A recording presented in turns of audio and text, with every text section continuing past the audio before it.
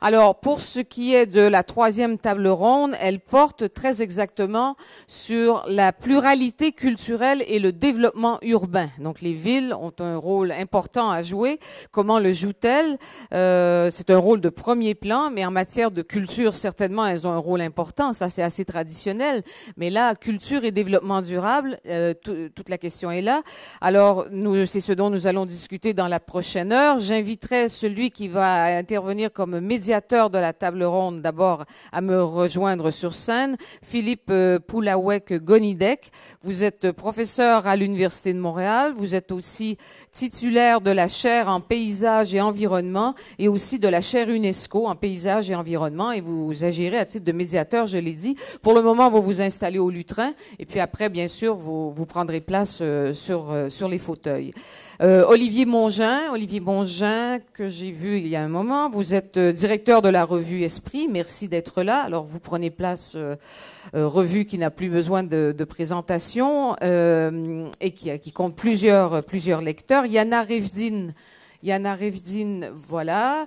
Vous êtes architecte, bonjour, conceptrice du prix international d'architecture durable et vous êtes professeur au Blekinge Institute of Technology et c'est en Suède. Et puis Dominique Rouillard, vous êtes architecte, professeur, directrice du laboratoire Recherche, Infrastructure, Architecture et Territoire à l'École supérieure nationale d'architecture Paris-Malaquais, et ça c'est en France. Et puis il y a aussi, Mélissa Mongia. Mélissa Mongia, vous êtes vous êtes designer, vous êtes cofondatrice du studio montréalais Daily tous les jours, c'est son nom, cofondatrice avec Mouna Andraos, et votre travail à toutes deux mêle participation, design, des technologies dans des conceptions et des réalisations aussi d'expériences collectives. Alors, merci d'être là. Philippe, je vous cède la parole. Merci beaucoup, Marie-André Lamontagne.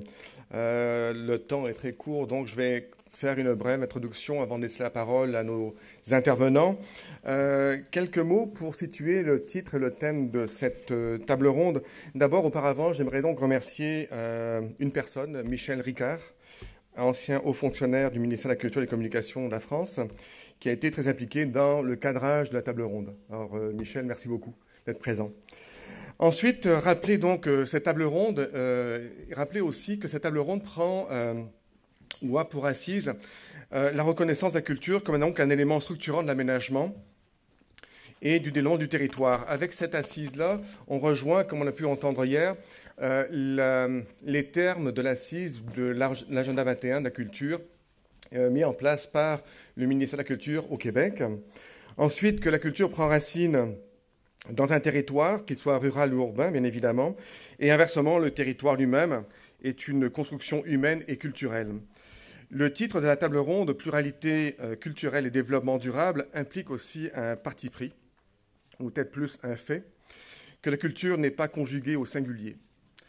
La culture est expressive sous sa diversité à travers notamment, et je prends un exemple peut-être le plus courant que l'on voit dans notre pays, en Amérique du Nord et à Montréal, à travers donc la migration, le flux migratoire des populations. Et Montréal est un exemple assez singulier sur cet aspect. Face à l'étendue de ce thème, vous conviendrez effectivement que c'est un thème très étendu, culture et territoire, nous avons également choisi délibérément d'axer principalement les interventions sur la question des villes. On aurait pu parler du territoire rural, des territoires aussi donc des grandes régions, mais la ville retient notre attention et notamment peut-être pas uniquement les villes, mais les territoires urbains. Pour trois raisons. La première, c'est que nous sommes entrés depuis quelques années, tout récemment, dans le siècle des villes, si on lit effectivement donc, le rapport des Nations Unies. Deuxième chose, que l'enjeu de la culture dans les territoires urbains sont de plus en plus d'actualité, au Québec comme en France, soit à travers la reconnaissance des paysages urbains. La question des paysages urbains est un indicateur intéressant. On parle de paysages urbains avant, on parlait de paysage plus dans une ruralité. Le paysage s'inscrit dans la ville. Donc, à travers la reconnaissance de cette valeur paysagère, il y a bien évidemment l'appropriation. Il y a aussi tout l'enjeu économique de ce couple culture-territoire qui s'exprime avec différents mots, dépendamment si on est donc en Amérique du Nord ou en Europe, enfin en France, marketing territorial pour les Français, branding pour les Québécois. Et le troisième élément, parce que la culture et ses expressions territoriales sont prises à partie dans une mondialisation très effrénée, qui a pour conséquence, bien évidemment, d'uniformiser et de standardiser donc les milieux de vie, et aussi de fragmenter les lieux et de diversifier les lieux de vie. À titre d'exemple, les travaux que nous menons à la chaire UNESCO démontrent à quel point, dans différents pays, dans différentes villes du monde, les logiques d'intervention, les logiques d'aménagement territoriaux ont des modèles de développement qui sont quasiment similaires. On retrouve effectivement en Asie les mêmes modèles de développement qu'on peut trouver en Europe ou en Amérique du Nord. Donc on voit qu'il y a donc un aplanissement des modèles d'aménagement territoriaux et aussi un aplanissement des valorisations et des valeurs territoriales, ainsi que des aspirations, bien évidemment. Paradoxalement, au rapport au lieu et au territoire, on voit donc la complexité, on voit la multiplicité aussi des enjeux. Nos études, et là je prends l'exemple du paysage urbain montréalais, font apparaître l'importance de l'environnement de vie des gens, comme donc un indicateur important, de la singularité locale, bien évidemment, de la qualité du cadre de vie et du paysage de l'ordinaire, du quotidien des gens. Donc on voit effectivement que le paysage urbain est pris sous sa condition très, très, très locale, et aussi, bien évidemment, relié à l'expérience de vie de son quartier, de sa rue, de son jardin. Ces études montrent bien évidemment des tensions. On a parlé des tensions un peu hier, notamment des tensions lorsqu'on parlait de tensions entre patrimoine et économie d'énergie, de tensions aussi entre le développement, entre la filière éolienne et les paysages, mais ici ce sont des tensions de perception. On peut voir, si on prend l'exemple de Montréal, à travers nos études, par exemple, qu'il y a une tension sur la perception. Montréal est une ville qui parfois est interprétée donc une ville globale, et dans sa globalité, les perceptions sont négatives. Alors que sous un angle plus local, l'angle du quartier, l'angle des arrondissements, on voit que la population valorise considérablement et a une qualité, et émet donc une qualité importante sur son cadre de vie, sur ce paysage de proximité et d'ordinaire. Donc c'est intéressant effectivement donc, de voir que ces études-là interpellent très directement par rapport au territoire la valeur, donc les valeurs associées, les valeurs aussi, mais aussi les aspirations des gens qui y vivent. Pour reprendre donc un thème cher à Olivier Mongin, notre condition urbaine nous amène à nous interroger sur la complexité de ce couple culture-territoire qui implique un enjeu, on en a parlé aussi ce matin et aussi hier, de mieux vivre ensemble, bien évidemment. Et cet enjeu de mieux vivre ensemble implique des nouveaux processus pour mettre en œuvre, effectivement, et repenser notre cadre de vie, repenser notre cadre de fonctionnement urbain, et surtout, effectivement, donc impliquer dans ce cadre de changement la convergence des savoirs, et des savoirs, effectivement, ouverts sur des médias différents, sur des outils différents. On en a parlé ce matin aussi, mais je pense que c'est important de pouvoir le redire. Donc, face à ce très, très bref aperçu introductif, j'aimerais donc, dès à présent, rentrer dans le vif du sujet et commencer par le premier intervenant, monsieur donc Olivier Mongin, philosophe et directeur de la revue Esprit en France depuis 1988, excusez-moi. Il est l'auteur de nombreux ouvrages, dont une trilogie sur les passions démocratiques publiée aux éditions Seuil, La peur du vide en 91, La violence des images en 97, Éclat de rire en 2002, mais plus récemment, aussi les ouvrages qui sont donc liés à la question de la ville et des territoires urbains. La troisième ville en 95, la condition urbaine à l'heure de la mondialisation en 2005, et il publiera, ou c'est en cours de publication, La ville des flux face à la mondialisation urbaine. Et je tiens à souligner aussi que Olivier Mongin est un ami du Québec, étant très souvent donc au Québec pour des conférences et des séminaires. Donc j'inviterai Olivier à soit me rejoindre ou soit rester sur place pour apporter son point de vue. Merci. Merci Philippe, merci pour l'invitation aux deux ministères, aux deux États. Bon, je vais essayer, moi, de prendre un peu de recul. Ce sera un cadrage un peu large. Donc, vous inquiétez pas, après, on va revenir à des choses plus sérieuses, plus précises. Parce que ce que j'essaie de faire, c'est de réfléchir avec d'autres sur ce qu'on appelle la mondialisation urbaine. Il n'y a pas que la mondialisation économique. Beaucoup de gens parlent de la mondialisation comme d'abord un grand phénomène d'urbanisation qui a bien entendu des conséquences économiques et qui est porté par l'économie. Cette mondialisation, elle a besoin un peu d'être stabilisée. Les économistes ne vont pas dans des villes instables. On ne va pas dans des villes où il y a trop de mafieux, etc. Or, pour moi, comme pour le comédien tout à l'heure, je pense que développement durable, c'est un pléonasme, développement urbain aussi. Qu'est-ce que c'est qu'une ville qui ne dure pas ? Bien entendu, il n'y a que des villes qui durent. Et le problème contemporain, c'est plutôt de retrouver le sens de la durée. Mais ça nous amène à un paradoxe, c'est que depuis le début du XXe siècle, l'urbanisation, et même après la construction des sociétés industrielles, est extrêmement rapide.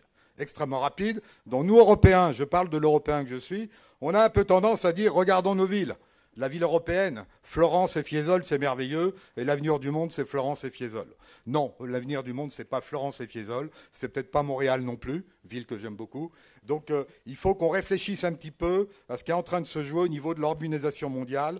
On est dans cette crise qu'a évoquée Renucci tout à l'heure, et je pense que l'intérêt de prendre les problèmes sur les territoires, c'est qu'on peut voir les cartes, on peut les abattre, on voit ce qui se passe. Les Français sont très historiens. Il faut qu'ils deviennent un peu plus géographes. C'est-à-dire qu'il faut regarder un peu ce qui se passe, les nouvelles routes maritimes, les nouvelles routes aériennes, et vous voyez qu'on est de plus en plus décalé d'ailleurs. C'est comme ça. Je vais faire quelques remarques donc sur les ressorts de la mondialisation urbaine pour essayer de reprendre la question de la culture à partir de deux biais, celle évoquée aussi par Renucci, des pratiques urbaines. Moi, l'urbanisme ou l'architecture ne m'intéresse pas si ça ne rend pas des pratiques urbaine et architecturale intéressante. Ça ne veut pas dire que les artistes n'ont pas à intervenir. Mais l'artiste qui intervient à la place des habitants, ça me pose des problèmes. Voilà. Et aujourd'hui, de plus en plus, au nom de la ville créative, il y a des modèles de consommation de la ville. Les maires français les connaissent très bien. On applique le modèle de la ville créative. Je ne fais aucune polémique. Mais effectivement, l'idée, il faut que les artistes, d'une certaine manière, occupent le terrain. Pourquoi pas, hein, au contraire, mais pas à la place des habitants. Un de nos problèmes va être de retrouver les habitants. Donc, première question, retrouver le sens de la durée avec des habitants. Si les habitants n'ont pas le sens de la durée, effectivement, ça n'a aucun sens. Enfermons-nous dans nos gated communities une fois pour toutes. Deuxième question, ça sera, est-ce que la question du territoire n'amène pas à réfléchir un petit peu sur, je dirais, le territoire sensible, ce qu'on appelle le site, j'y reviendrai tout à l'heure, ou d'autres appellent le grand paysage que Philippe a évoqué. Quelques remarques donc sur les ressorts de la mondialisation urbaine. Première remarque très importante, c'est la vitesse. C'est la vitesse. Lévi-Strauss était à Sao Paulo en 1934, 2 millions d'habitants, aujourd'hui 25. Il dit ça va trop vite, ça ne peut pas tenir. Je vais assez souvent en Chine. Vous allez voir la ville de Chongming, 35 millions d'habitants. Elle s'effondre tout doucement dans certains quartiers de l'intérieur. Donc commençons par ça. Il y a des architectes. Construire, c'est faire du solide qui dure. C'est la première question qui se pose aujourd'hui. Vous parlez bien dans le micro. Oui, j'ai peur de parler trop fort. Donc voilà. Donc là...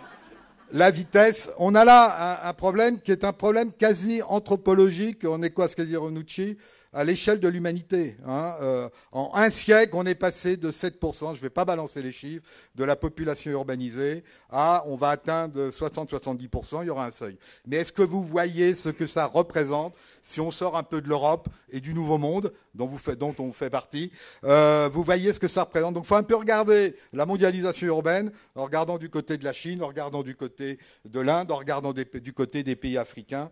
Moi, c'est ce qui m'intéresse, que j'essaie de faire. Donc premier problème, vitesse.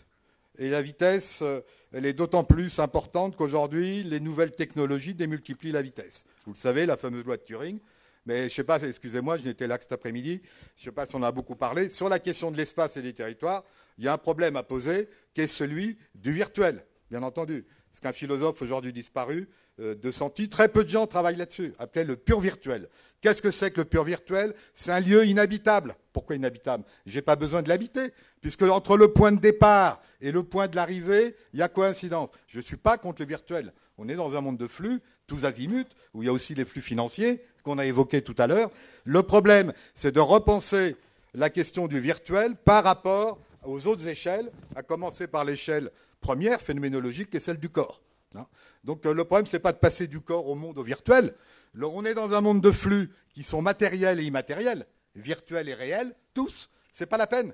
Dans le plus petit local, il y a du global. Il y a des flux matériels, immatériels. Si on ne part pas de ce constat, on est complètement à côté de la plaque. Il faut repartir des flux pour essayer de voir comment refaire du territoire. Alors ça amène à dire qu'aujourd'hui, il y a peu de gens qui parlent de villes. Philippe a parlé de villes. ONU Habitat dit le siècle des villes, en prenant bizarrement l'exemple chinois qui me fait sourire, la ville harmonieuse chinoise. Pour ceux qui connaissent la Chine, la ville harmonieuse, elle est assez problématique, puisqu'en Chine, il faut quand même avoir un permis de résidence pour être résident urbain. Je le rappelle, parler de ces questions-là, c'est parler de ce problème, ça s'appelle le hukou. Le hukou, c'est-à-dire que vous êtes migrant, vous n'êtes pas étranger migrant, vous êtes migrant, si vous êtes rural à l'intérieur du pays, vous devez avoir un permis de résidence. Je voulais juste souligner la vitesse, le problème du virtuel qui nous pose une question centrale dans le rapport à l'espace. Ça a été évoqué tout à l'heure à propos des jeunes générations. Comment est-ce qu'on peut, dans un monde de flux qui est multiscalaire, à multi-échelle et multivitesse, retrouver un espace cohérent? Question que je vais un petit peu poser. Ensuite, j'aime bien un très grand géographe qu'on a, qui réfléchit beaucoup sur l'écologie, qui s'appelle... Devant le micro, s'il vous plaît. Augustin Berck. Il parle d'urbain diffus. Qu'est-ce que ça veut dire? J'insiste là-dessus. S'il n'y avait qu'une chose à retenir, l'urbain diffus succède au monde urbain. Mais l'urbain diffus, il ne peut pas faire monde à son tour. Comme le monde urbain italien, celui de Florence de Fiesole, a pu le faire. Comme la campagne l'avait fait par rapport à la forêt, puis la ville par rapport à la campagne. C'est pas qu'il ne soit pas viable écologiquement, mais il n'a plus aucune limite pour s'instituer. L'urbanisation contemporaine, elle est illimitée, elle n'a plus de limite. Elle n'a pas de limite qui la marque. La ville classique, elle avait des limites. Et elle pouvait contrôler les flux extérieurs. Je ne rentre pas là-dedans, c'est des choses assez simples en même temps compliquées. Les grands historiens montrent bien, Jacques Le Goff le premier, que la ville, elle s'est faite par rapport à la campagne, qui s'est faite par rapport à la forêt, qui s'est faite par rapport au désert. Or aujourd'hui, l'urbanisation généralisée, c'est pas qu'il y a de la construction partout, c'est que le mode urbain, ça pose tous les problèmes évoqués économiques, écologiques tout à l'heure, le mode urbain de vie urbaine s'est généralisé et les effets de l'urbanisation, même dans les zones non construites, sont partout. D'où la désertification, d'où la déforestation, etc., etc. Donc vous voyez bien que le problème d'aujourd'hui, refaire de la ville, ça veut dire, d'une certaine manière, dans l'urbain généralisé, refaire de la campagne, refaire du désert, refaire de la forêt. C'est ça qui est devant nous, d'une certaine manière passionnant. Mais surtout, ne disons pas qu'il faut protéger la ville contre le reste du monde, pas du tout. La ville, l'urbain, il a déjà tout dévoré sur son passage. Donc, ça nous amène à une question posée tout à l'heure. Durable, c'est bien joli tout ça. Le problème du durable, c'est que ce soit soutenable. Quelque chose de durable, c'est quelque chose de soutenable. Aujourd'hui, à l'échelle de l'humanité, je vous rappelle quand même qu'on a 60-70%, il faudrait regarder tous les pays les uns après les autres, de construction illégale ou informelle.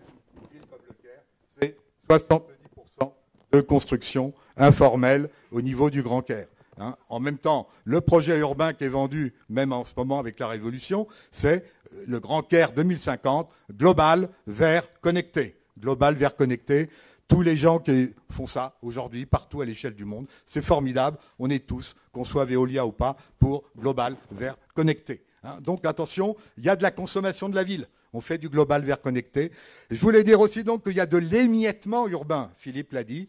Je le fais dans mon prochain livre, montrer qu'il y a 8 types de villes que l'on trouve à peu près partout, dans toutes les villes. Et ça ne veut pas dire que ça fait agglomération. On trouve là le problème politique que je n'aborderai pas, qui a été évoqué, bien entendu. Le problème, c'est la gouvernance. À l'échelle du monde, n'oublions pas que 2/3 des villes ne sont pas gouvernées. Il faut quand même... C'est ce que rappelle Koulas, pas toujours d'accord avec Koulas, mais arrêtons de tout voir à travers le modèle européen. Donc, mais ça ne veut pas dire qu'il ne faut pas être gouverné. Le problème, c'est comment. Mais regardons l'état de l'urbain tel qu'il est. Voilà un peu ce que je voulais dire. Durable, soutenable, on est dans un monde où l'inhabitable, et Lévi-Strauss, à la fin de sa vie, insistait là-dessus, est la question contemporaine. Et la question contemporaine, c'est qu'il y a de l'inhabitable. Et ça passe par un phénomène, et je vais reprendre les deux approches, il me reste 5 minutes, qui est celui partout, en gros, de la décontextualisation. C'est-à-dire, en gros, l'urbain, aujourd'hui, fonctionne hors contexte. Et je passerai, Philippe aime bien qu'on aborde cette question du patrimoine, sur une question qui m'intéresse beaucoup. Je suis très critique de la patrimonialisation généralisée, qui est très compliquée. Moi, je travaille sur les ports. Hein, vous voyez que partout, vous avez des ports offshore, donc décontextualisés. Vous prenez tout simplement le littoral brésilien, vous avez de la patrimonialisation. Hein. C'est-à-dire, vous avez la vieille ville coloniale, généralement. Vous me direz, ça vaut peut-être un peu pour Montréal, hein, avec la ville patrimoine, ça vaut un peu pour Québec. Là où vous avez du offshore, c'est-à-dire du décontextualisé, il n'y a rien de plus décontextualisé qu'un port aujourd'hui, hein, qui fait que du container et qui ne s'arrête même plus, flux tendu, stock zéro. Mais c'est ça le monde d'aujourd'hui, flux tendu, stock zéro. On ne s'arrête pas, il n'y a pas besoin de s'inscrire dans un territoire. Moi, ce qui me fascine, c'est que, regardez bien, plus il y a de la décontextualisation, plus il y a de la patrimonialisation. Mais c'est un peu un autre débat. J'en arrive maintenant, très vite.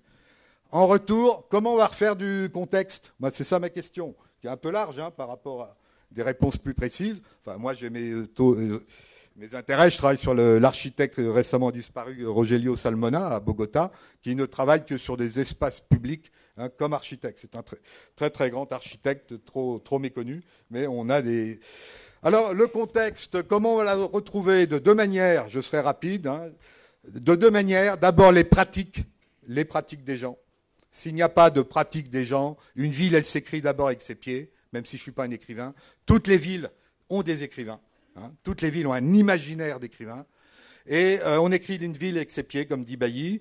Une ville qui n'est pas écrite par ceux qui l'habitent pose question. Romero Nucci a évoqué ça tout à l'heure, avec qui on travaille, etc. Aujourd'hui, on a un peu trop tendance, je l'ai déjà dit, à aller chercher l'artiste pour combler le fait qu'on n'essaie pas de révéler les espaces urbains à eux-mêmes. Simplement, à ce stade, je dois évoquer les problèmes qui se posent. Les pratiques habitantes aujourd'hui, ce n'est pas les pratiques habitantes classiques de la ville industrielle du 19e à l'européenne. On est aujourd'hui moins à réfléchir sur les territoires que sur des mobilités, les mobilités des gens, et comment inscrire des mobilités qui sont liées au travail, qui sont résidentielles, qui sont liées aux mœurs, qui sont liées, bien entendu, au transport. Comment on va inscrire des mobilités à plusieurs échelles et à plusieurs vitesses? On est tous des mobiles à plusieurs échelles et à plusieurs vitesses dans des territoires. Quel type de territoire? Aujourd'hui, le vrai débat, mais on n'avance pas beaucoup sur la réforme des collectivités territoriales et des villes, c'est un autre débat. Hein, je parle pour les Français. Mais quelles sont les reconfigurations territoriales susceptibles d'accompagner les nouvelles mobilités que l'on voit apparaître aujourd'hui, sur lesquelles on pourrait revenir longtemps? On va intervenir sur la migration tout à l'heure. J'insiste quand même beaucoup sur le problème de la migration, qui était un livre remarquable fait par quelqu'un de Toronto, qui vient d'être traduit en français, Doug Saunders. Hein, du village à la ville, j'ai trouvé ce livre prodigieux. Effectivement, lui, il montre, alors ça c'est très peu français, il y a des chaînes migratoires, qu'aujourd'hui on a la dernière génération qui va s'urbaniser. Il prend des échelles, des exemples dans le monde entier. C'est un livre remarquable. Et lui, il montre qu'il faut penser ce qu'il appelle des quartiers tremplins. C'est-à-dire des quartiers qui, en termes de durée, laissent une espèce de temps de parenthèse aux gens qui va leur permettre de s'inscrire. On est dans un contexte qui est très peu français où nous, l'État pense la cité sociale pour, d'une certaine manière, tenir celui qui migre. Je caricature un peu, mais c'est très important de comprendre que celui qui migre, il a besoin de trouver aussi des espaces d'accueil mobile. Après les mobilités, je l'ai déjà dit. Une minute. Une minute, c'est parfait. Oui. Je ferai comme les autres. Deuxième débat qu'il faut prendre en compte, c'est la connexion. On est dans un... J'essaye d'être très rapide. On vit dans le réel comme vous vivez avec toutes vos machines Internet qui sont bien éteintes cet après-midi, bravo. Mais aujourd'hui, tout le problème, c'est l'accès à des sites qui sont des connexions. Partout dans le monde, il y a un hyper-urbanisme qui est organisé autour des connexions. Soit vous pouvez accéder, le problème de l'accès, c'est un problème des économistes, Amartya Sen et autres, c'est le problème central. Si vous n'accédez pas à la culture, au travail, etc., vous êtes hors jeu. Donc la question de l'accès est la question centrale en termes aussi de diversité culturelle. Donc j'insiste beaucoup sur ce problème des connexions. Dernier point, c'est récit-mémoire, je l'ai déjà évoqué. Il n'y a pas effectivement de territoire urbain configurable et vivable dans une durée commune. Le philosophe Merleau-Ponty disait la durée publique, terme que j'aime beaucoup, s'il n'y a pas la possibilité d'écrire cette histoire. Et je renverse mon dernier point. Comment on écrit cette histoire ? Avec nos propres pratiques d'humain, d'urbain, difficiles aujourd'hui, qui n'ont plus rien à voir avec ce qui était le cas il y a un siècle. Je parle pour les Européens.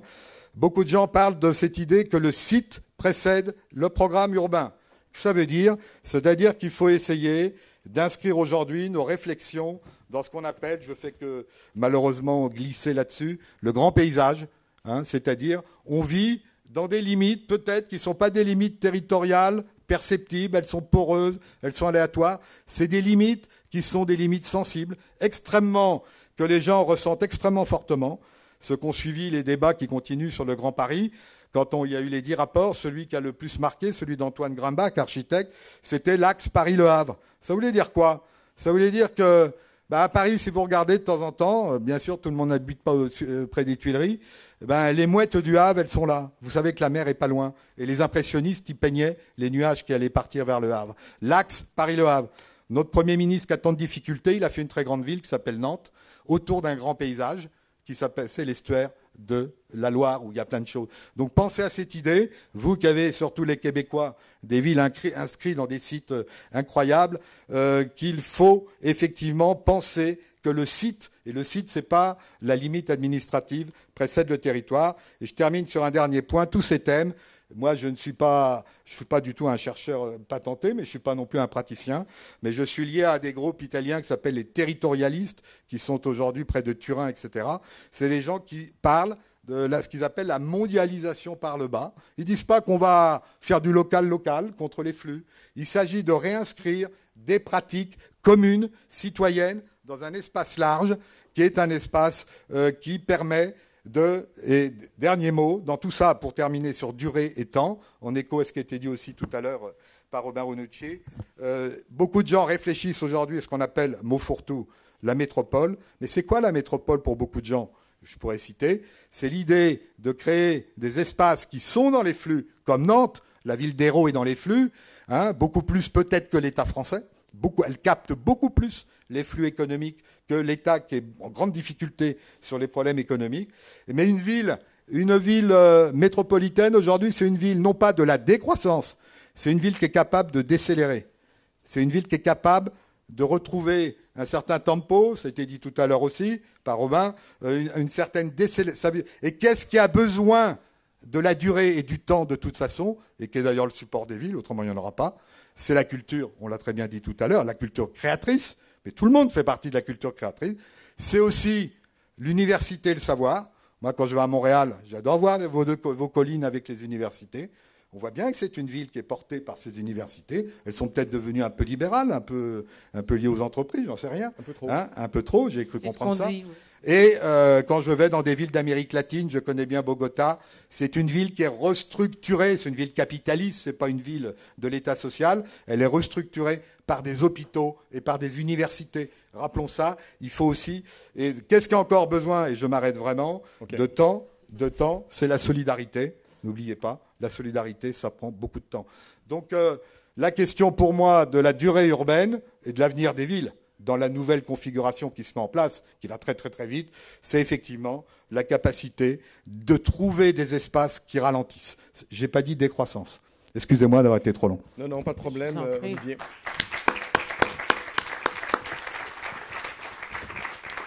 Merci Olivier pour cette densité de propos et surtout ce que j'ai beaucoup apprécié, c'est le fait que vous apportez des avenues, donc des points de vue, mais aussi des avenues sur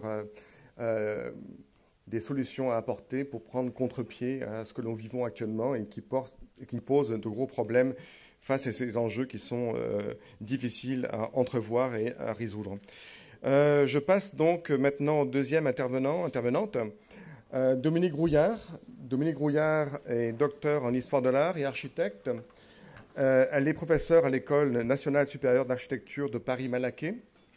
Elle dirige le laboratoire de recherche du LIAT, Laboratoire Infrastructure, Architecture et Territoire. Et elle est aussi membre fondatrice de l'Agence d'architecture et d'urbanisme, Architecture et Action. Donc j'inviterai Dominique à venir ici ou à rester assis, comme tu veux, à exposer son point de vue qui va apporter la question, qui portera sur la question de la relation entre culture et territoire en France. Est-ce que vous avez la topette?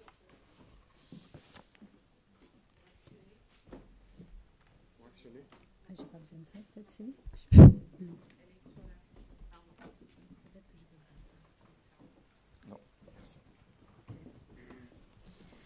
Bien, je suis presque fatiguée. C'était très dense. Donc moi, je pense que je vais remettre un peu de tempo, un peu plus calme. Je vais parler de la culture, je crois. Donc moi, ce qui m'a... D'abord, merci bien sûr d'être ici et de ce thème, culture et territoire, qui est l'association qui m'a beaucoup interpellée et qui en elle-même signifie finalement développement durable. Donc cette association s'est installée progressivement en France, mais aussi par à-coups. L'après-guerre, l'après-première crise de l'énergie, l'après-désillusion du progrès, et après ce que moi j'appelle le retour du futur, aujourd'hui, disons depuis les années 2000. Ces temps scandent l'extension toujours plus grande du sens et du territoire de la culture et de ses acteurs. Cette histoire, donc, qui fait partie de la culture, depuis plus d'un demi-siècle, c'est à partir d'elle que s'est construite l'interaction grandissante de la culture avec la pensée du territoire, de la ville et de ses acteurs, et de la société, et très tôt même avec les nouvelles technologies de l'information et de la communication, que la réflexion la plus novatrice des années 60, de la part des architectes, avait projeté. Je propose en fait d'en redonner rapidement les points clés pour repositionner les questions d'aujourd'hui. Donc, culture et territoire, l'association des deux termes.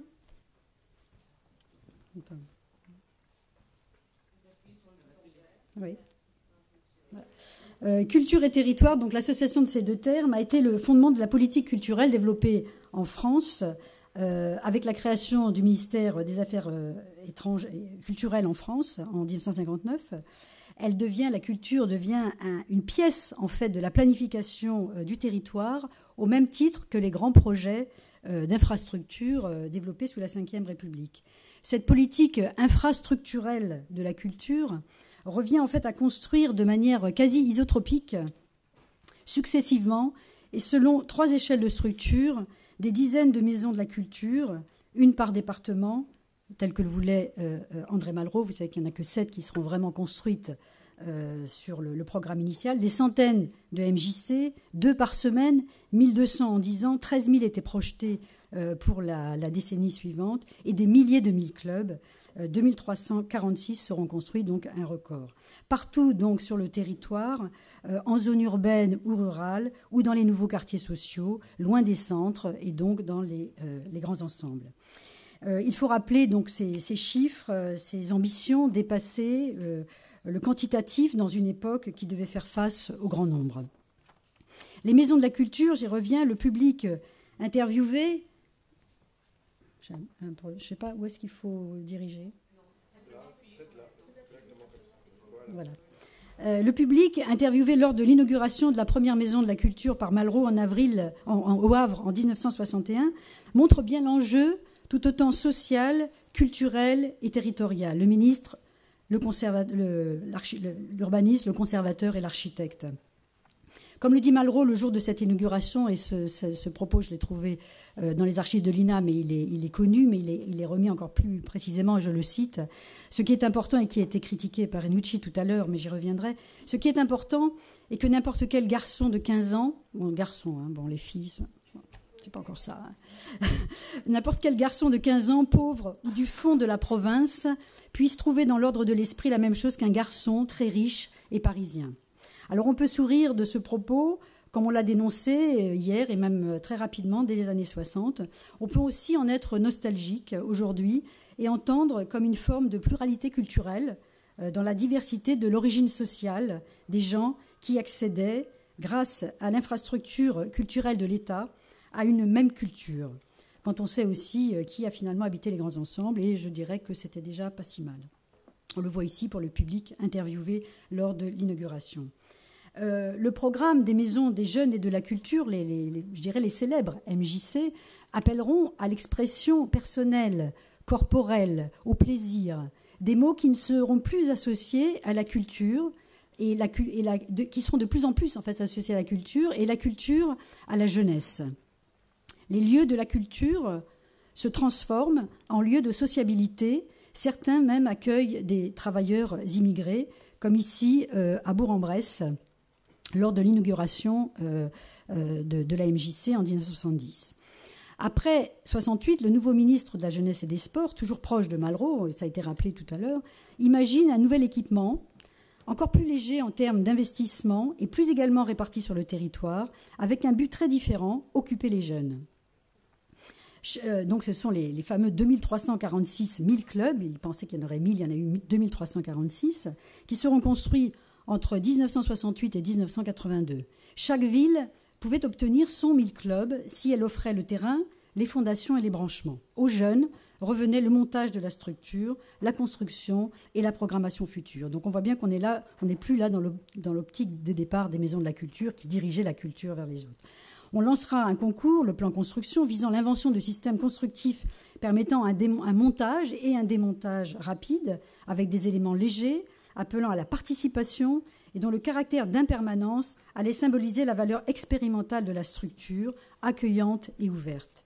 Comme le dira une étude menée en 1987 pour établir un bilan de ce patrimoine culturel, l'expérience des 1000 clubs a mis en évidence l'intérêt de la précarité comme outil de programmation et d'innovation, au point de se demander aujourd'hui si une telle forme de pré-équipement ne devrait pas avoir sa place au sein d'un dispositif de proximité en complément d'équipements durables et organisés pour des fonctions bien définies.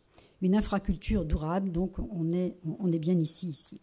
Alors ces structures seront délaissées, renommées, déclassées. Elles font aujourd'hui d'ailleurs l'objet d'une histoire qui revient sur cette épopée des années 60, qui est un temps, comme il était dit, qui ne reviendra pas. Elles ont été déclassées par le centre, c'est-à-dire évidemment Beaubourg.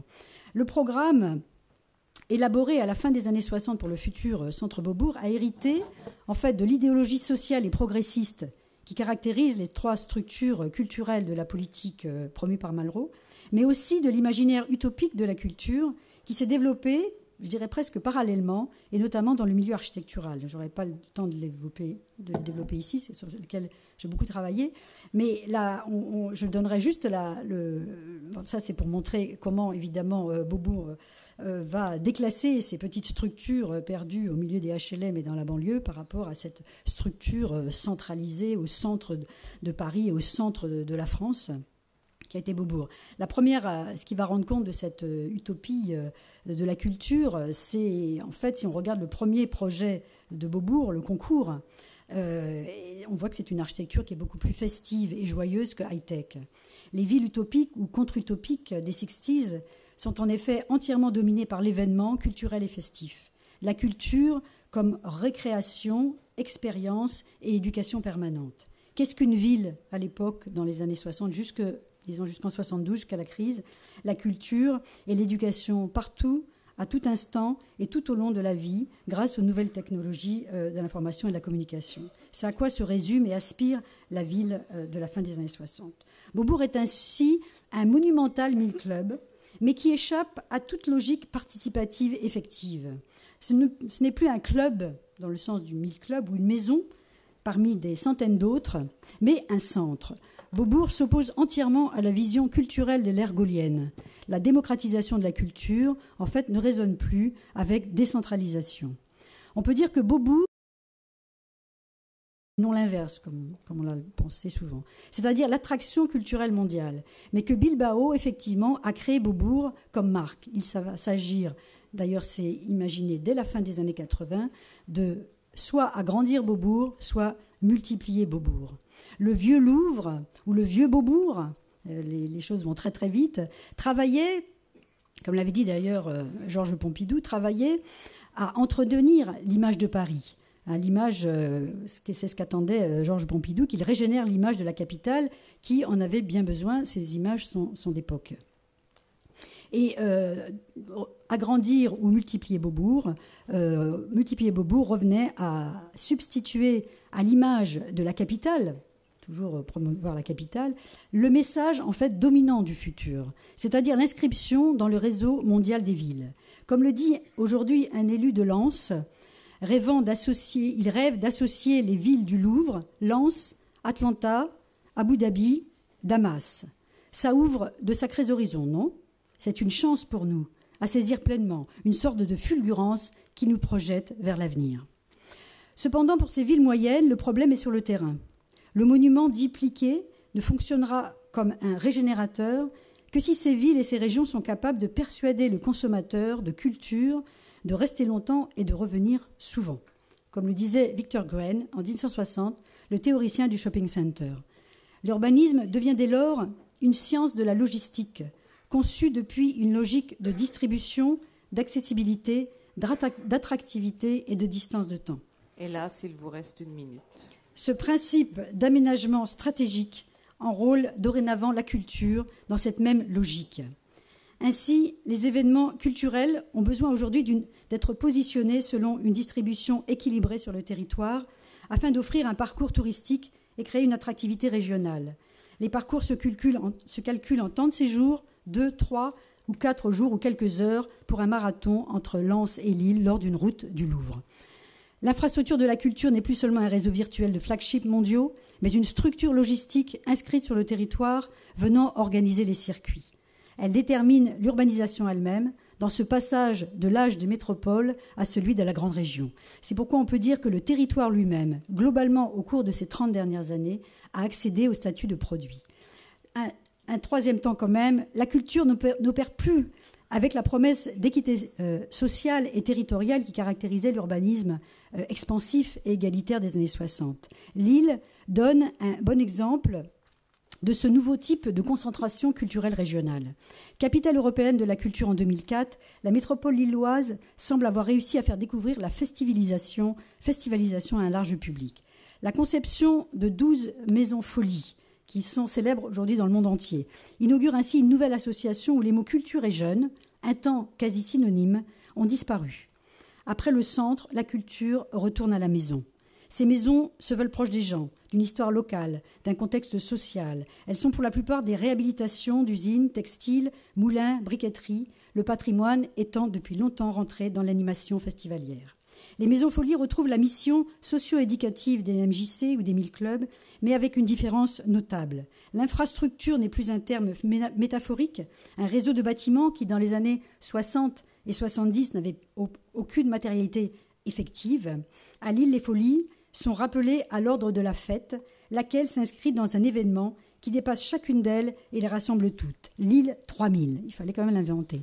L'habile travail de management culturel a reporté si loin la projection dans le futur qu'elle en perd toute portée prospective vraisemblable, ramenée finalement à la consommation et au partage d'une énorme fête au présent. Pour conclure, je dirais que le retour du centre culturel à la maison, au régional et au local, à la culture toujours davantage associée au divertissement, mais aussi à une culture de proximité, comme on le dit de l'agriculture, de proximité, fait entrevoir comme la minceur du futur, au regard de l'ambition quasi utopique qui présidait à la rencontre entre culture et infrastructure. La fracture territoriale, dont on parle beaucoup aujourd'hui, qui se mesure en accès à la mobilité et en distance de temps, qui est conséquente au coût de l'énergie, du déplacement et donc du foncier, est en train de dessiner une autre cartographie de la culture que celle que proposait le schéma isotropique de la France culturelle des années 60 ou même celle centralisée des années 70 et 80. L'accès ou la proximité au centre redevient une valeur. On la nomme aussi le taux de marchabilité d'un quartier, mais encore faut-il habiter dans un quartier. La question qui se pose à la lumière de ce très rapide, extrêmement rapide rappel historique est celle de savoir si les montages d'animation ou d'initiation culturelle, fussent-ils par les citoyens eux-mêmes, sont à la hauteur des enjeux sociétaux actuels. Comment redonner sens et existence territoriale à une forme d'interculturalité, puisque c'est le mot qu'on emploie aujourd'hui, intégrative, véritable gage d'une sociabilité durable. Voilà. Merci.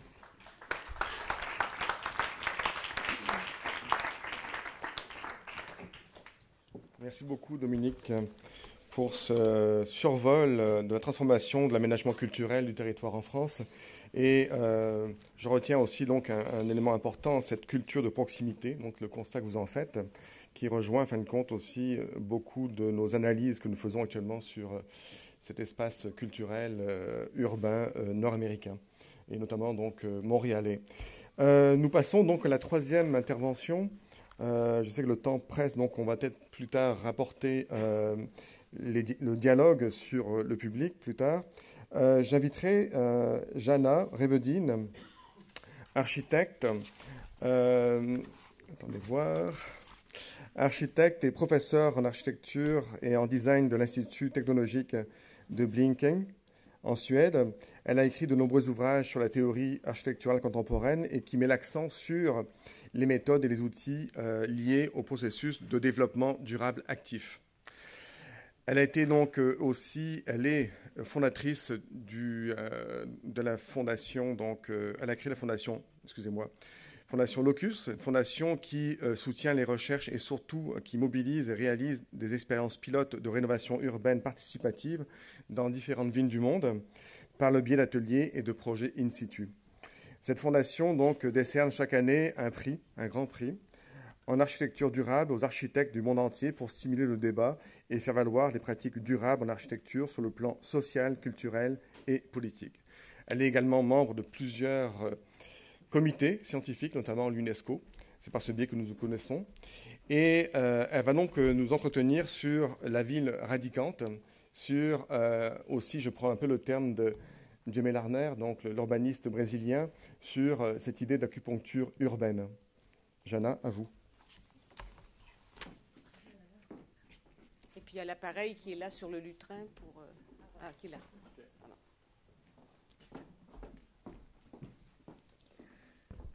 Merci beaucoup Philippe pour cette introduction. I think, if I may, I would prefer to speak in English to you.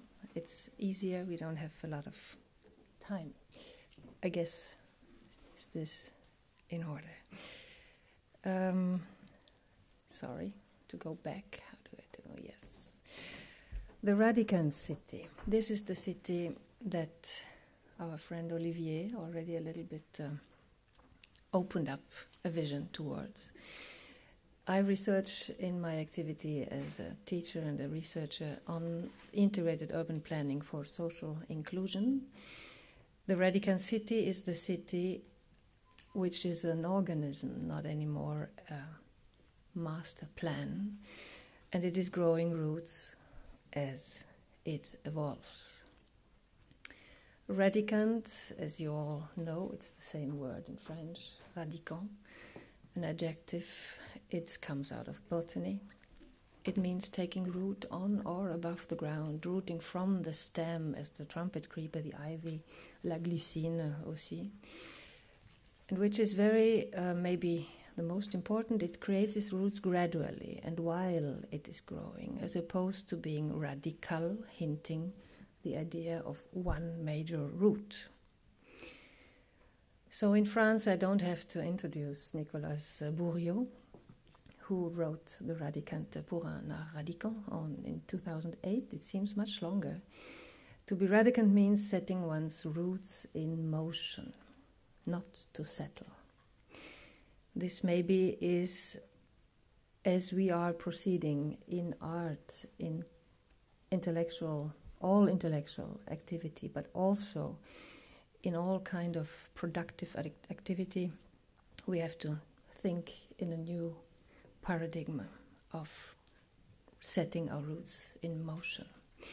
So by today, and maybe this is accompanying the discours of Olivier, 70% by 2050, in 30 years, 70% of our world's inhabitants will live in cities. We know this, we can calculate it. 3 billion people will need to find a home. The aged over 60 will be over 25% of the population.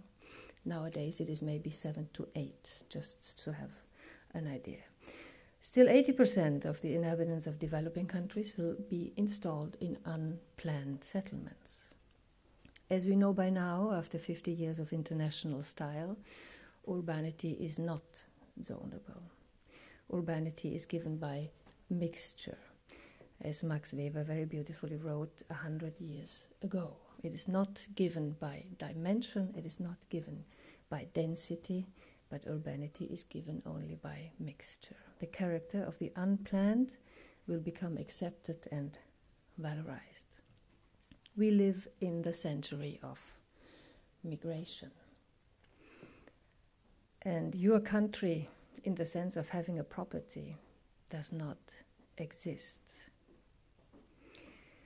So the Radican City is researching in three major chapters. We go for the right to the city, development through self-development. We research movements for gender and minority issues, empowerment linked to energy and material innovations. And we research for the quality of place. Of course, this goes back to the theory of locus of Aldo Rossi's major work in the 60s, and of the idea of the city, which is a home of memories and of desire of human being. So research can also, of course, be very worthwhil, but not bringing the ideas that sprung out of a research on the territory can be also very frustrating. So I had the idea 7 years ago to create this Global Award for Sustainable Architecture, which is living and installed in France, and the Locus Foundation, which is under the protection of UNESCO since its creation. And Locus is our tool to make some small interventions, to try them out on the territory and to make them real, thanks to a group of, by now, 30 Global Award winners who work together in those try-out practice projects. So for gender and minority issues, I show you one project that I just come back, that is just accomplished after 3 years of research and of operation in the field. It is the urban acupuncture that we developed in a very long research period. 80% of the time was just analysis work in Cairo's garbage collectors district.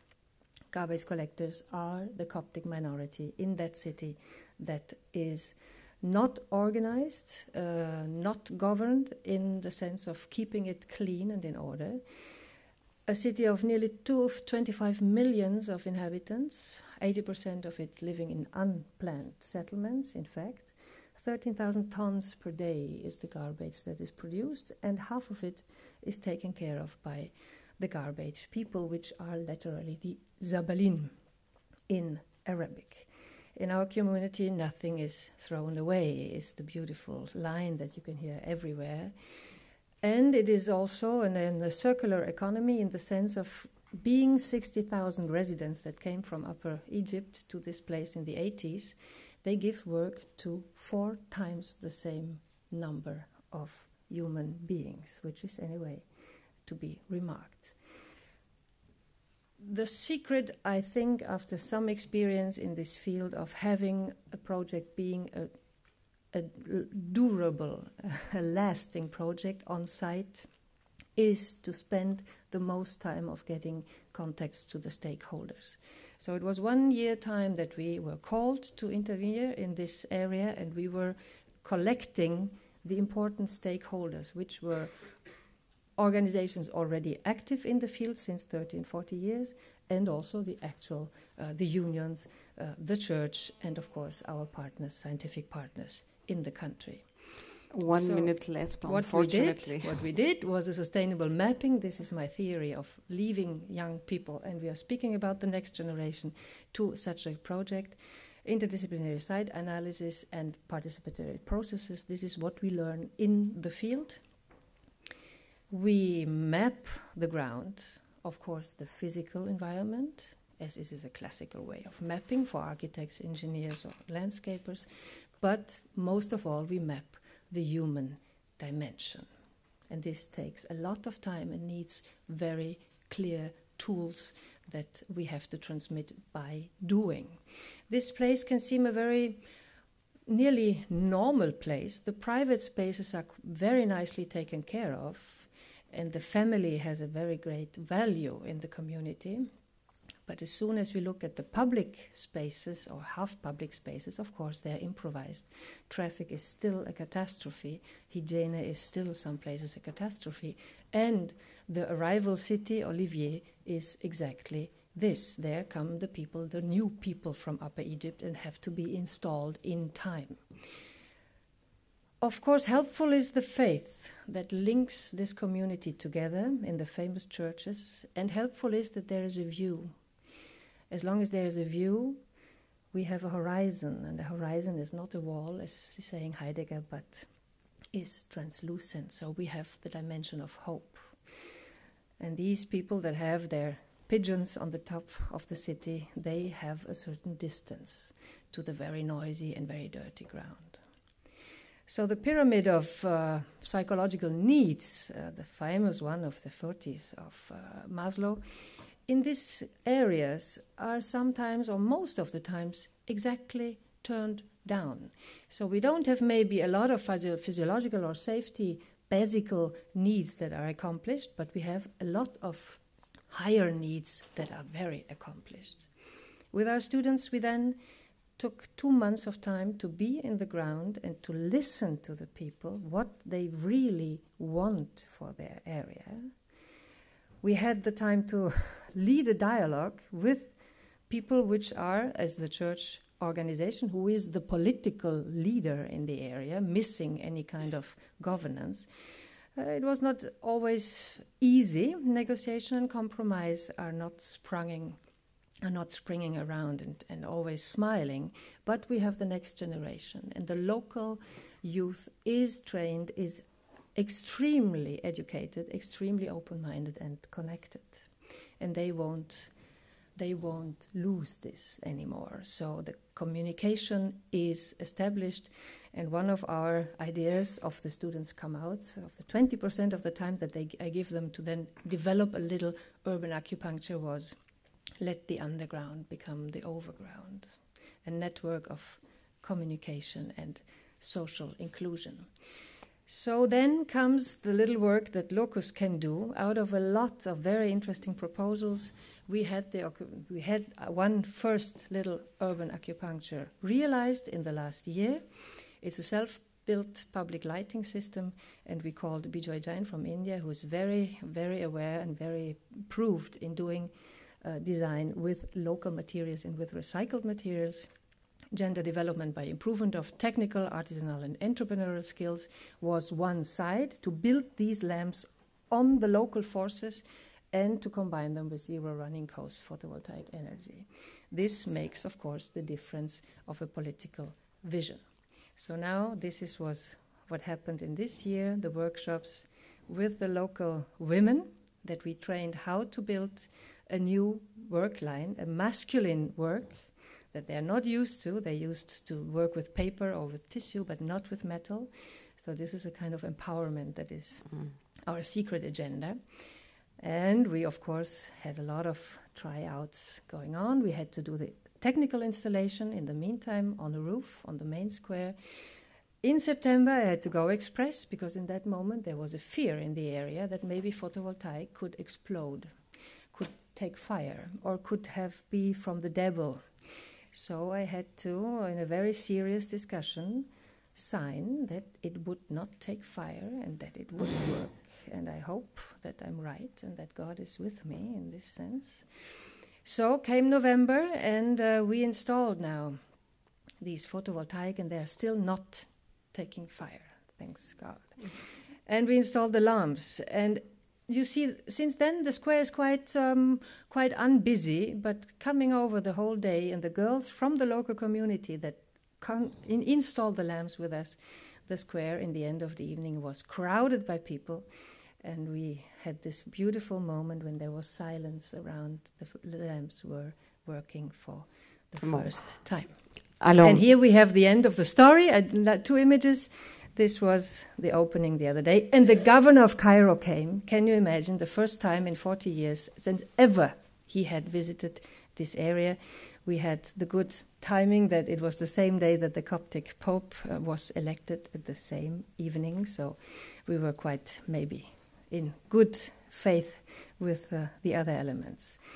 And here we are having me saying to the governor, this could be a true political vision for Greater Cairo. Alors, history, geography, in movement. I say thank you very much for your attention. Thank you. Now this is the end. Sorry. Hein?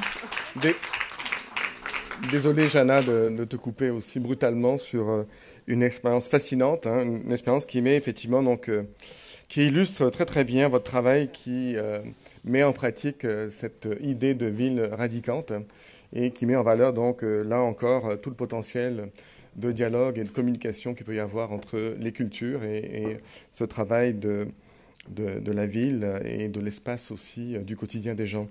J'aimerais donc inviter la dernière intervenante, Mélissa Mongia. Mélissa Mongia est une designer, artiste, on ne sait pas trop dans quel... Ça ne dérange pas si je dis artiste-designer, ça va. Elle est fondatrice du studio montréalais Daily tous les jours avec la designer Mouna Andraus. Leur travail rallie participation, design, technologie dans la conception d'expériences collectives en milieu urbain. Le studio a créé plusieurs interventions dans différentes villes, dans différents contextes urbains du monde. Ils ont travaillé notamment avec plusieurs centres et musées, au MoMA à New York, Victoria and Albert Museum de Londres aussi, et j'en passe, ainsi que dans les musées canadiens. Des événements importants à Montréal. N'oublions pas que Mélissa Mongia est une activiste montréalaise de l'installation, Festival transmédial de Berlin, là c'était Berlin, pas Montréal, mais Nuit Blanche de Montréal, Festival de créativité numérique et de musique électronique Mutec à Montréal, Festival d'art numérique Electra aussi à Montréal, et ainsi que des projets urbains. Donc ce n'est pas uniquement d'installation dans le cadre d'activités, d'événements culturels, mais c'est aussi une implication dans le devenir de la ville de Montréal, dans les quartiers comme le quartier du spectacle et aussi le quartier de l'espace de la vie. Donc cette pratique artistique, une pratique vraiment innovante pour Montréal et très rafraîchissante. Je suis très heureux de pouvoir la voir ici à Paris. Mélissa Mongia œuvre dans ce domaine des environnements interactifs et elle va donc nous convier à ces narrations interactives avec le public dans l'espace public.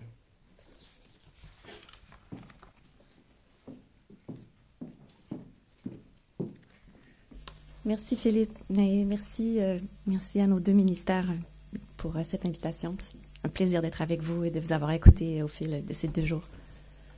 Oui, sans plus tarder. En effet, sans plus tarder. Oui.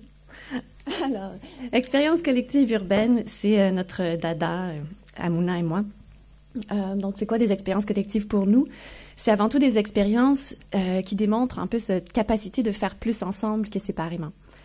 Et je vais vous le montrer aujourd'hui à travers 3 projets différents.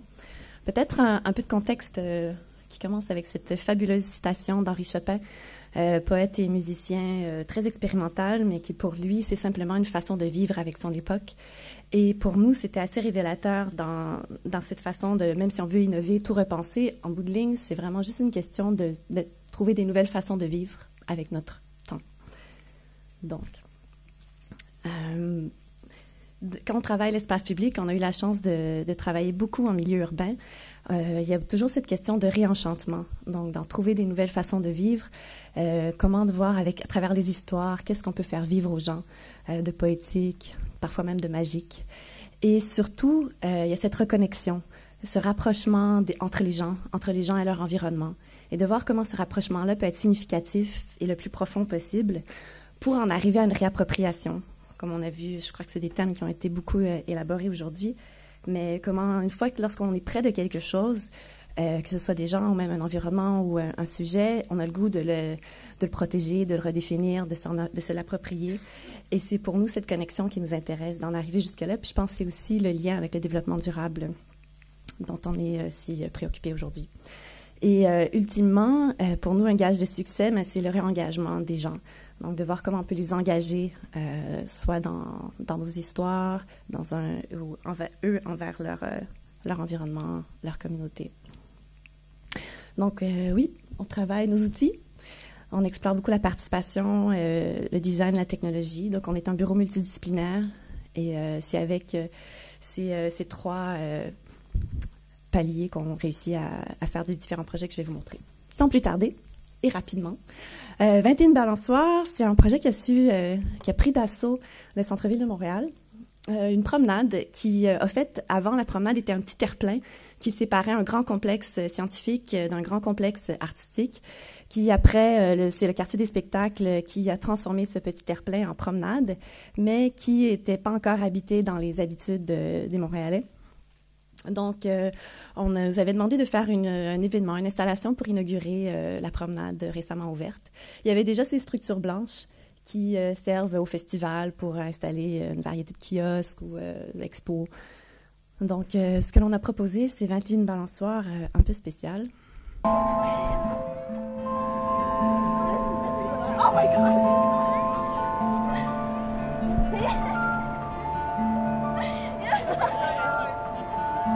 Alors, elles sont musicales.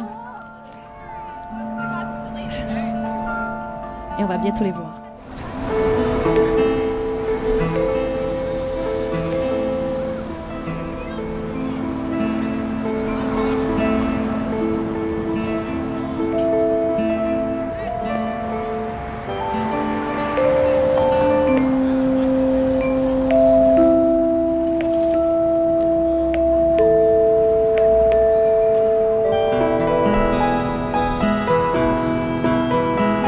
Spending about an hour and a half here. I think it's amazing and it's a really, really cool experience to be able to make the music with your entire body.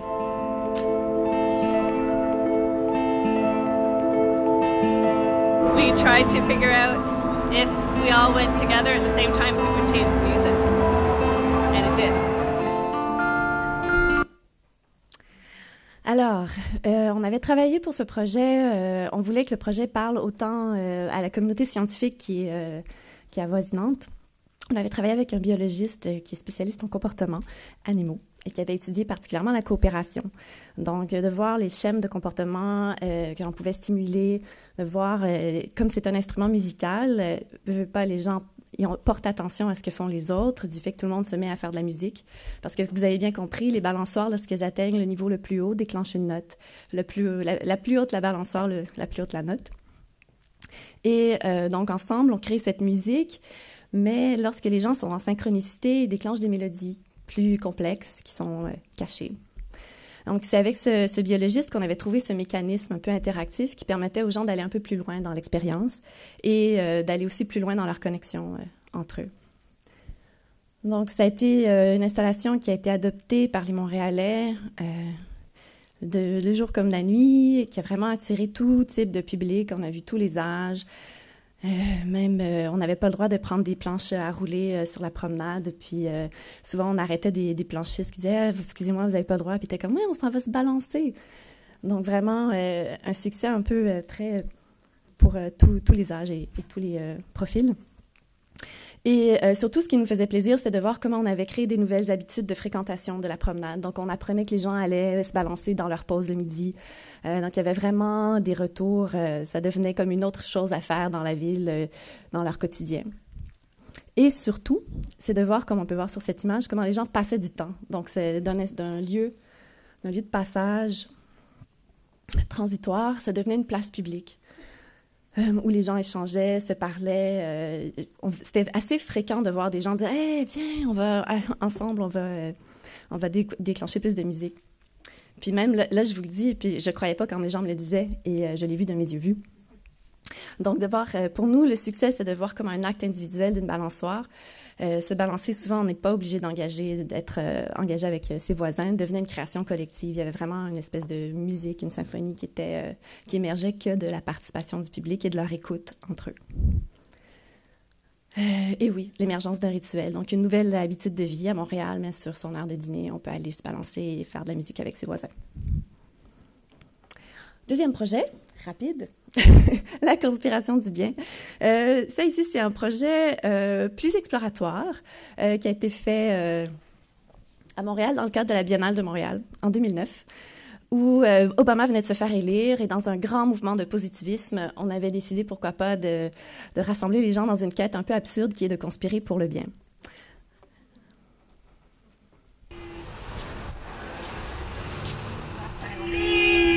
Passer une journée dehors au soleil. Ah, il manque comme une partie du son. C'est une journaliste qui parle. Est-ce que c'est normal? Peut-être. Là, il manque complètement le son. Ouais, c'est ça. Ouais, c'est ça. Non. Alors, j'ai hâte de rencontrer ma fille. Bon, il disait, if you're strolling down the Main, don't call the cops. Call 933 bien. Ah oui, on n'entend vraiment rien. Oh well. Ils ont même fait leur propre réseau de conspiration CTV. Alors, c'était un reportage de la chaîne télévisée de CTV qui parlait un peu de cette conspiration. On avait eu beaucoup d'attention médiatique parce que c'était aussi, donc 2009, une année assez triste en nouvelles, grosse crise économique un peu partout. Donc, ça venait tout d'un coup remonter le moral des journalistes qui étaient vraiment tannés de couvrir des sujets tristes. Donc, la conspiration, principalement, elle invitait le public sur la rue à partager ce que l'on avait choisi comme étant les 5 catégories du bien: les compliments, bonnes nouvelles, soutien moral, les souhaits et les beaux gestes. Donc, on pouvait le faire sous forme de moyens, incluant cette fameuse boîte vocale. You have 5 choices. To leave the best compliment ever, press 1. To bring us some good news, press 2. To provide moral support, press 3. To tell us what would make your day, press 4. To suggest a nice gesture, press 5. If you wish to hear these choices again, press 9.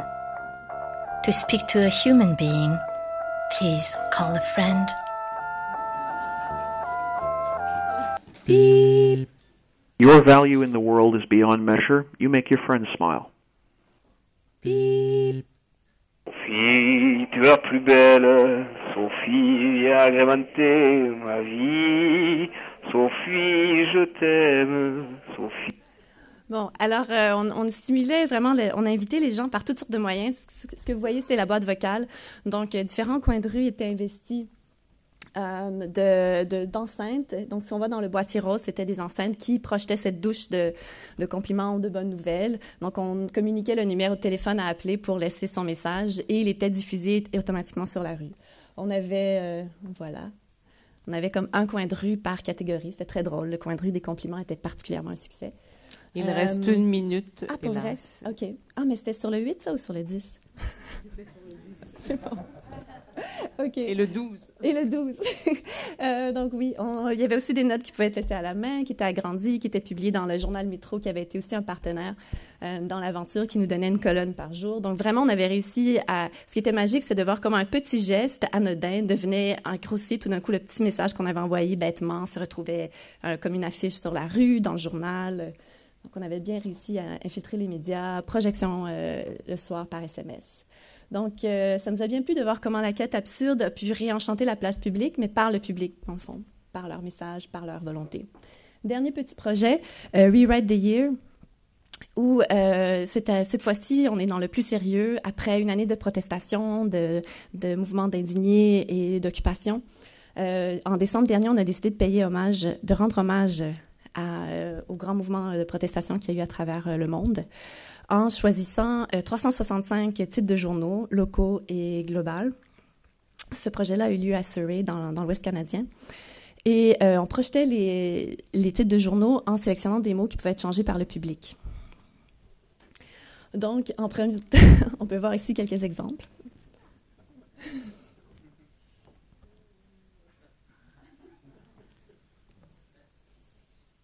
Et donc, ça donnait vraiment toutes sortes de contributions, aussi parfois drôles, parfois sérieuses. Ah, ça, c'est...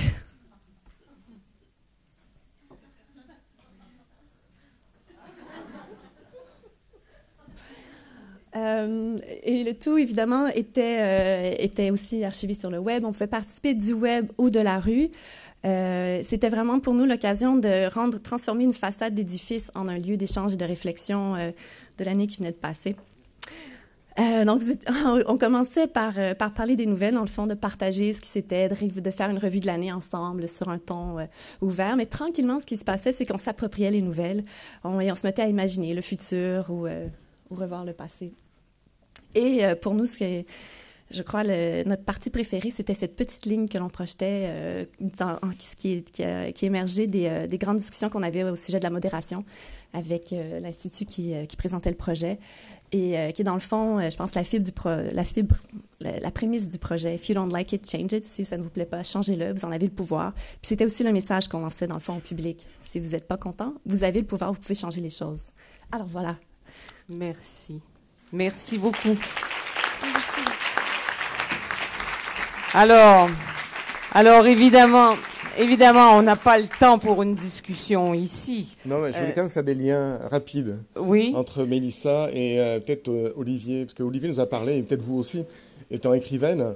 Je trouve qu'il y a donc un lien à faire entre le propos de l'écriture et la ville et l'écriture de Mélissa, qui effectivement donc apporte par son humour, là encore, ce que la ville a besoin, c'est-à-dire cet imaginaire de l'écrivain. Ce n'est plus l'écrivain classique, mais c'est peut-être l'écrivain numérique, l'écrivain de l'information qui arrive à transposer et à jouer avec les mots pour interpeller effectivement le public et surtout le faire réagir.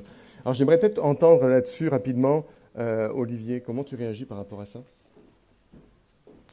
C'est intéressant par rapport au débat. Attendez, on va vous donner un micro. Pardon, je passe devant. Oui.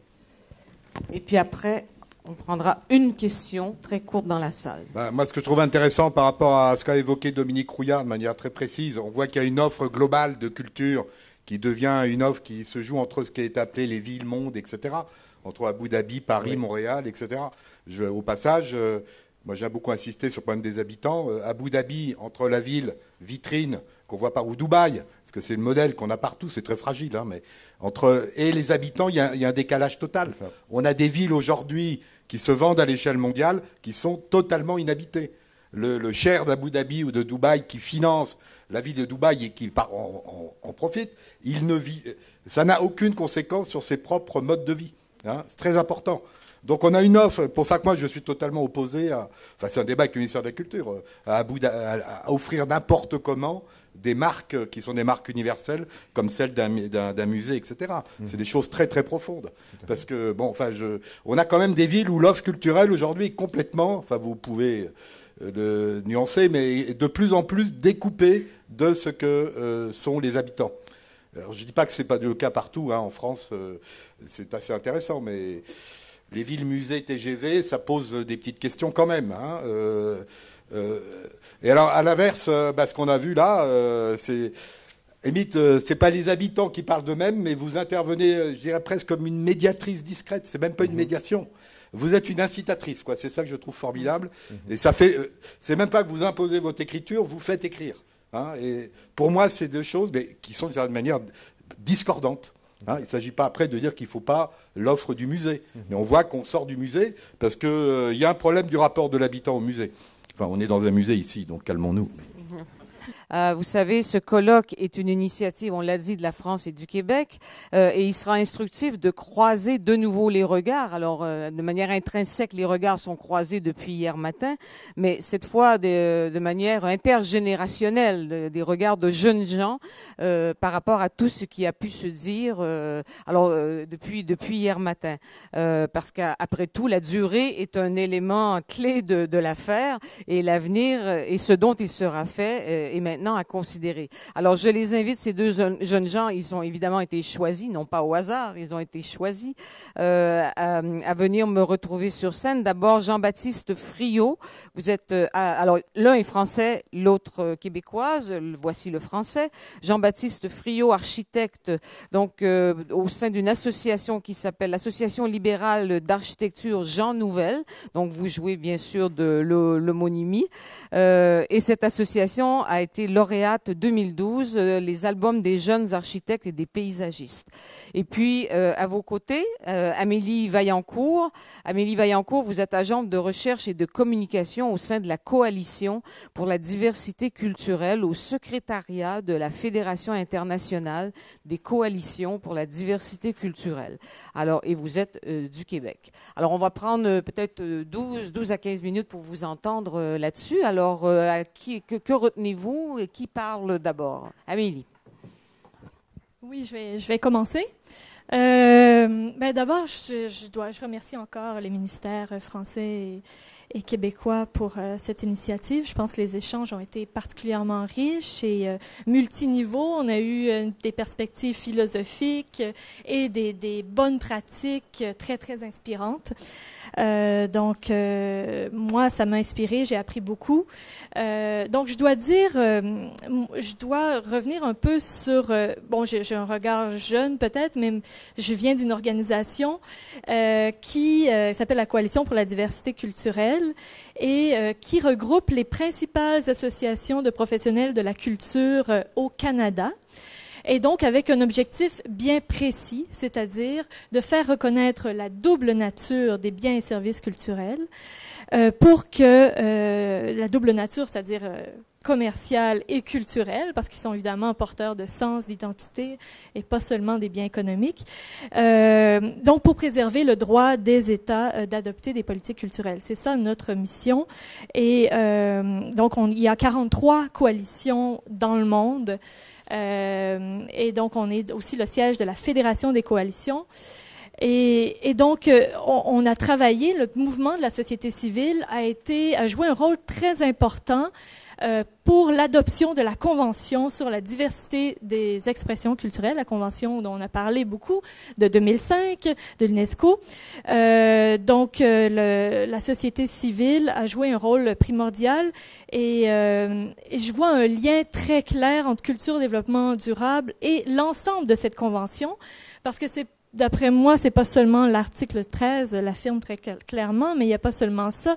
Je pense que c'est un élément transversal à l'ensemble de cette convention, parce qu'en fait, on reconnaît que la culture n'est pas seulement une marchandise, qu'elle est facteur de développement. Donc, c'est beaucoup plus large. Et donc, je pense que c'est un élément transversal à cette convention. Donc, c'est une façon de la mettre en œuvre et il faut continuer. Et c'est toujours un recommencement parce que même si on a cette convention, il faut réaffirmer constamment que bon, il n'y a pas seulement des intérêts économiques et donc c'est cet arbitrage qu'on doit faire, elle est toujours à rappeler et je pense que c'est la voie d'avenir. D'après moi, donc le concept de culture développement durable, d'intégrer la culture dans le développement durable, je pense que j'espère qu'un jour on n'aura plus besoin de mettre le « et », comme on a dit, donc on pourra parler de développement durable et que ce sera évident que développement durable, il y a un pilier, c'est concilier les intérêts économiques, sociaux, mais environnementaux, bien sûr, mais aussi culturels, et que c'est à la base. Donc, et parce que ce n'est pas encore intégré, voilà pourquoi il y a un colloque comme celui que nous venons de exactement. De puis je pense que c'est un élément que c'est important, ce genre d'exercice, mais il faut que ça ait des suites. Il faut qu'il y ait d'autres initiatives de ce genre et il faut que ça ait une résonance. On a parlé beaucoup de volonté politique. C'est la clé, c'est clair, la volonté politique. D'ailleurs, c'est un peu dommage qu'il n'y ait pas beaucoup de politiciens, de représentants politiques qui a été là pendant le colloque, parce qu'on aurait aimé ça, avoir des oreilles politiques pour nous entendre. Mais je pense que je veux quand même passer des messages qu'il y a des opportunités, des grands rendez-vous à pas manquer au niveau international. On a parlé moi je vais parler de ce que je vois comme élément et Jean-Baptiste a un regard beaucoup plus micro, moi j'ai un regard plus macro, mais je pense qu'on se complète bien. Donc moi au niveau macro, je pense que il y a l'opportunité à saisir dans la suite de Rio + 20. De définition des objectifs de développement durable.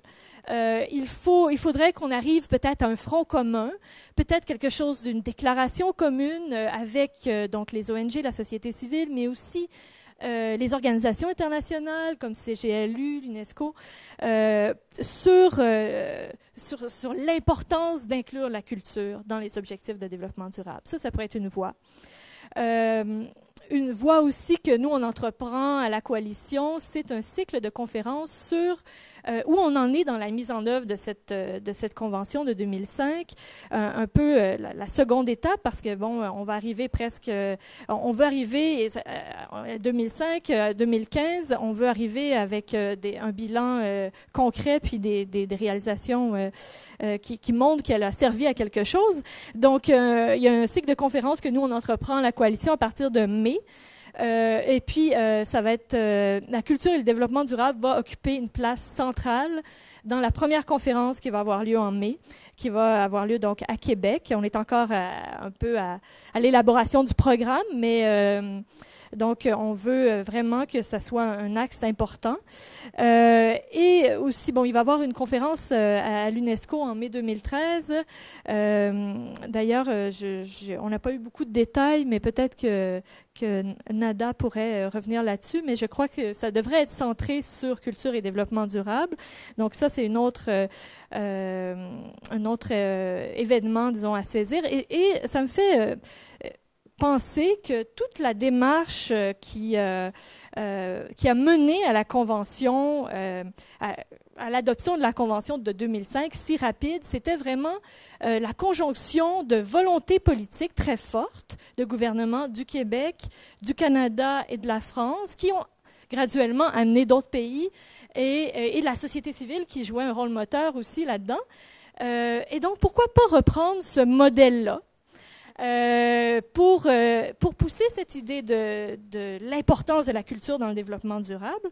Alors, pourquoi pas aller vers justement un partenariat, comme suite de ce colloque, un partenariat Québec-France, donc qui soit concret, qui pourrait même mener vers le sujet qui soit abordé à la conférence générale de l'UNESCO. Donc, il pourrait y avoir vraiment des actions concrètes qui soient menées par l'UNESCO, parce que c'est quand même l'Agence des Nations Unies qui s'occupe de culture. Donc, il faut commencer, je pense, peut-être par là. Donc, c'est ça. Et pendant le colloque, j'ai eu plein d'idées comme ça qui me sont venues de comment intégrer de façon concrète ces idées. Et puis, bon, on a eu des bonnes pratiques. Il faut évidemment les mettre en valeur. Il y a aussi des micro-expériences, des expériences encore plus petites qu'il faudrait valoriser. Et puis, l'exemple de l'Agenda 21 au Québec, moi, je mets beaucoup d'espoir sur les suites, sur comment on va opérationnaliser tout ça.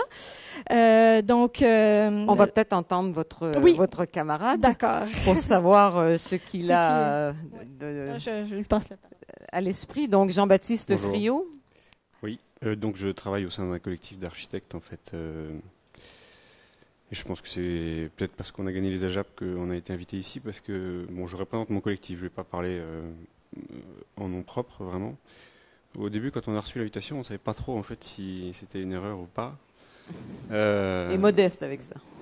Non, mais c'est juste parce que déjà le sujet, on avait un peu de mal à le cerner, parce qu'on n'est pas du tout, comment dire, on n'a pas la culture de la culture, justement.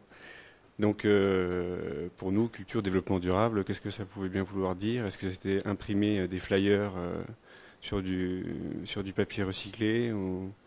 Voilà. Après, bon, j'ai compris du coup que, avec les échanges que j'ai pu entendre hier et aujourd'hui, qu'il était question notamment de protection de la diversité culturelle. Ça nous parle aussi, nous, évidemment, en tant qu'architectes. Qu'il était également question du patrimoine. Voilà, patrimoine culturel, évidemment.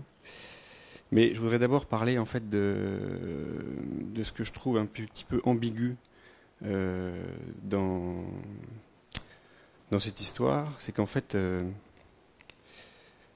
on a l'impression que notre gouvernement est une espèce de monstre à plusieurs têtes, un petit peu schizophrène. Parce que d'un côté, donc, il propose, via le ministère de la Culture, un colloque sur le développement durable, voilà, très, très propre, très vert. Et de l'autre, il abandonne toujours plus, en fait, alors je vais faire un petit peu mon gauchiste de service, comme je suis jeune, je suis forcément un peu radical, ses prérogatives en termes de construction d'édifices publics au partenariat public-privé, régulièrement pour des sommes très importantes, qui nous engagent sur du long terme, et qui ne sont pas, on va dire, tout à fait exemplaires en termes justement de développement durable, aussi bien sur le plan économique que sur le plan humain, que bien sûr sur le plan écologique. Puisque je vais parler d'une deuxième ambiguïté, qui est que, en fait, on parle de volonté politique. C'est vrai qu'il n'y a pas grand-chose en écologie qui peut arriver sans volonté politique. Enfin, si ce n'est évidemment de la base, ce que je peux faire moi au quotidien en tant que petit architecte qui construit des maisons en paille, par exemple. Mais si on parle vraiment d'une politique, on va dire, écologique globale sur l'architecture, puisque je vais parler évidemment de mon sujet, il y a un truc qui est marrant. Quelqu'un disait tout à l'heure, un des intervenants parlait de parler en fait comme un économiste justement aux commanditaires pour leur vendre un peu l'intérêt de l'écologie. En architecture, ça peut se traduire en termes d'économie d'énergie. On parle beaucoup de ça. Voilà, on dit regardez, faites un bâtiment passif, ça vous coûtera moins cher, vous aurez moins de charges. Mettons pour du HLM, c'est bien parce que vous réduisez les charges, donc vous réduisez les risques d'impayés, etc. Parce qu'il y a beaucoup de gens qui n'ont pas beaucoup d'argent, comme on le sait, et qui ont du mal tout simplement à chauffer chez eux, puisque le coût de l'énergie augmente régulièrement. Et donc là, l'ambiguïté pour moi, c'est la question de la norme. Qui définit la norme en fait? C'est-à-dire, on propose de faire des économies d'énergie, on dit on peut construire passif, mais par contre, on ne met pas de limite quant à la viabilité écologique des matériaux qu'on utilise, ou pas vraiment de limite, quoi. Je veux dire, par exemple, on peut faire du passif avec de la laine de verre, mais ça n'a pas forcément beaucoup de sens. Ce que je veux souligner par là, c'est qu'en fait, la norme, en général, c'est souvent l'État qui devrait s'en occuper, et que dans le monde de la construction, il y a quelque chose d'un peu étrange, c'est que par exemple, le HQE, c'est une marque commerciale qui appartient aux principaux fabricants de matériaux. Pourtant, voilà, tous les politiques s'en sont emparés. Dans les médias, on parle du HQE, du HQE, du HQE. Il y a un architecte, je vais être c'est un peu cavalier, mais il y a un architecte qui, je me souviens plus de son nom, qui est un ami de Rudy Ricciotti, qui disait le H, j'en prends de temps en temps, le Q tant que je peux, et pour le E, j'hésite. Voilà, c'était... excusez-moi. Hein.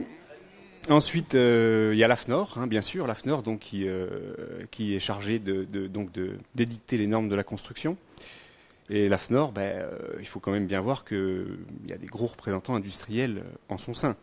Donc c'est-à-dire qu'en fait, évidemment que Saint-Gobain, qui produit des mètres cubes de laine de verre, ne va pas non plus se tirer une balle dans le pied en disant il faudrait quand même être propre, peut-être arrêtons de poser ce type de matériaux, qui éventuellement posera un jour le même type de scandale que l'amiante. Mais ça, on verra, on n'en est pas encore arrivé là. Donc plus de cohérence au fond. Il y a une drôle... voilà. Et je voudrais dire un dernier point encore sur une forme d'ambiguïté, c'est notamment développement durable. Le même intervenant qui parlait de parler comme un économiste parlait en fait d'accroître la quantité du capital construit. On peut éventuellement aussi parler d'accroître la qualité du capital construit. Par exemple, on peut quand même essayer de capitaliser justement sur les grands ensembles, mais le problème c'est que les grands ensembles n'ont pas bonne presse du tout. Aujourd'hui, la façon dont l'État gère la problématique des grands ensembles, donc il y a toute une problématique sociale derrière qui devrait être raccord avec les thématiques du développement durable, c'est l'ANRU. Et l'ANRU propose des démolitions-reconstructions régulièrement, donc qui clairement ne s'appuie pas du tout sur la culture en fait locale qui s'est développée au sein de ces grands ensembles et qui par ailleurs est une gabegie économique qu'on a pu démontrer dans un de nos projets qui était lauréat, mais lauréat d'une consultation dans le cadre d'un concours d'idées, évidemment qui n'a pas été lauréat en pratique.